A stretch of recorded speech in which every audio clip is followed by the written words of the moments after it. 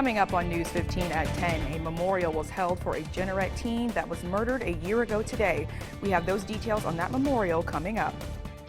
And a shooting last night in Rayne, Louisiana has left 3 people wounded. If you know anything, officers are asking for your help in solving the case.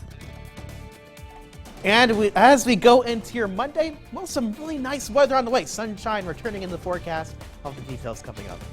From KLAF NBC, News 15 at 10 starts now. Good evening. I'm Princess Jeanerette Steverson-Lowry. Thank you for choosing News 15 at 10. Today is the 1-year anniversary of Jeanerette teen Kendall Thompson Jr.'s murder. Thompson's mother organized a memorial march in his honor today. News 15's Kenny Darr went to that memorial. He has the story. The Jeanerette community was in full force today for a memorial march to celebrate the life of 17-year-old Kendall Thompson, the teen who was shot and killed 1 year ago today. Duke was a loving, caring, sweet child. We miss him. We wish he was still with us. We lost him to gun violence. At such a young age, he had a bright future ahead of him. A young man with a bright future. That was Kendall Thompson. In September 2019, Thompson joined the St. Mary Fire Protection Crew as a junior firefighter. St. Mary Parish Fire Protection District Chief Clarence Clark says he was a big ball of energy around everyone. Remarkable while he was with us, the short time he was with us, he showed a lot of love, he showed a lot of compassion, he showed a lot of character, kept everyone laughing, kept everyone talking. Thompson was also new to parenthood. His aunt, Shanquilla Williams, says he was on the path to bettering himself as a man and as a dad. He was trying to make something out of himself. He had had a child, so he was taking the right steps towards being a father and trying to provide at a young age. And the fireplace would have gave him that stepping stone to do so for his family. Williams says she plans to continue remembering the life of her nephew by starting a scholarship named in honor of him. I would like to start a scholarship with the fire department to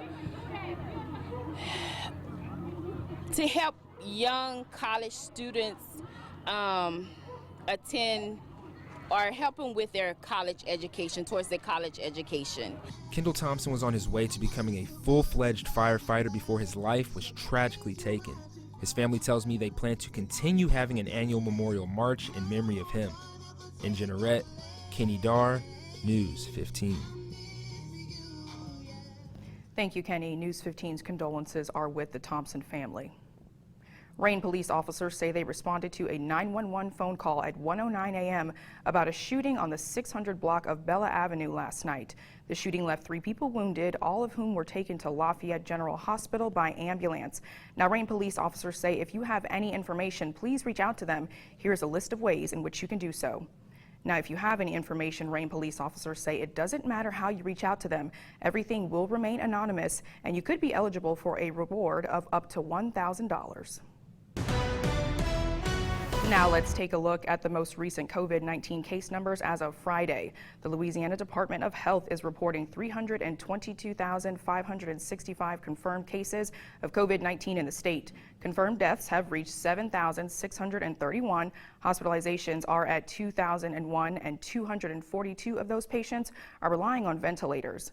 Lafayette Parish is leading with over 17,000 cases, with St. Landry second at 6,769. Vermilion Parish has reached over 4,000 cases, and St. Mary is almost at 3,000. Yesterday, the Louisiana Department of Health confirmed the state's first identified case of the UK COVID-19 variant. LDH says an individual in the greater New Orleans area has the virus and that it spreads more easily from one person to another than other viral strains currently circulating in the U.S. Governor John Bel Edwards had this to say. It is urgent that everyone double down on the mitigation measures that we know are effective in reducing the spread of the virus. It was always a matter of time before this new strain of the virus would reach Louisiana, which is why our state health experts have been monitoring cases and working with the CDC to prepare. We're going to get to the rest of our stories in just a moment, but first we're going to take it straight over to Storm Track 15 meteorologist Corey Smith. Well, I think if we had to grade today's weather, solid A+, absolutely gorgeous. Temperatures getting into the lower to middle 60s, and as you go into the overnight, not as cold as what we've seen the last few nights. Taking a look at I-10, I-49, clear skies sitting at 45 degrees. I don't expect us to get as chilly here. We will get back into the upper 30s, but not nearly as cold as we've seen. And that's going to be the trend going forward. You can see across the viewing area, we are at 34 degrees in Ville Platte, but that's our cold spot this evening. The rest of us in the middle, even some upper 40s, 49 in Burr Bridge, 45 in Lafayette, 44 in Abbeville this evening. And as we start off tomorrow morning, well, barely getting into the 30s, 39 degrees. You want that large cup of coffee, though, to warm you up. But the sunshine will be doing some warming as well. We'll be getting back into the lower, even middle 60s as we head into the afternoon. I'll have the full details on that forecast coming up. There will be no waste collection on Martin Luther King Jr. Day, Monday, January the 18th. Republic Services will not collect residential garbage or recycling in Lafayette Parish.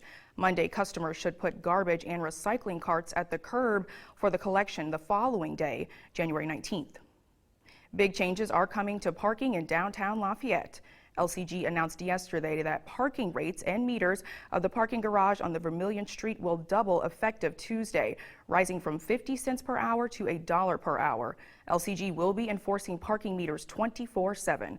Currently, parking enforcement is conducted weekdays from 8 a.m. to 5 p.m.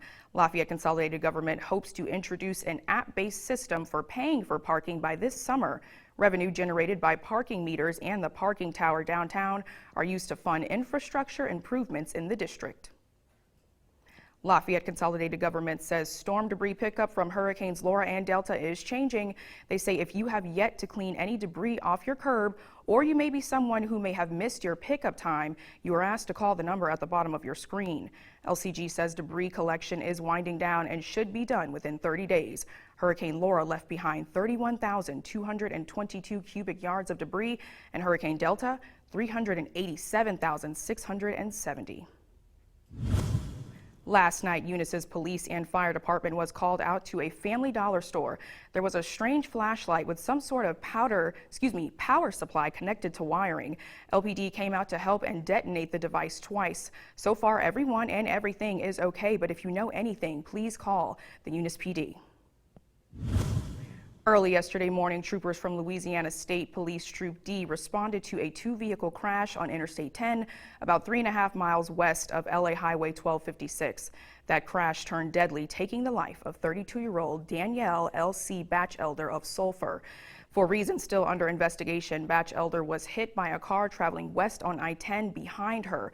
She was in the front passenger seat. Louisiana State troopers would like you to take this opportunity to remind motorists to always make good decisions while operating motor vehicles. Iberia Parish has received state of Louisiana approval to begin virtual DSNAP due to damages from Hurricane Delta. DSNAP says their application will open this Tuesday, January 19th to Friday, January 22nd. DSNAP says there are newly added benefits already being provided due to COVID-19. If you have any questions, please visit the website at the bottom of your screen.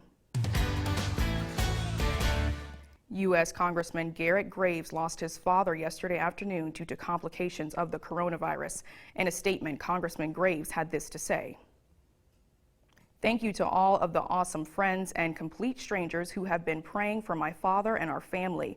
You are never ready for this, but Dad's passing caught us all by surprise. He is one of those awesome American dream stories that inspired our entire family. His father died when he was young. He worked multiple jobs to help his family, worked his way through college, and eventually owned his own business that trained so many engineers across South Louisiana. We ask for prayers and privacy during this time of grieving. The Graves family will provide additional details later on about funeral services as they become available.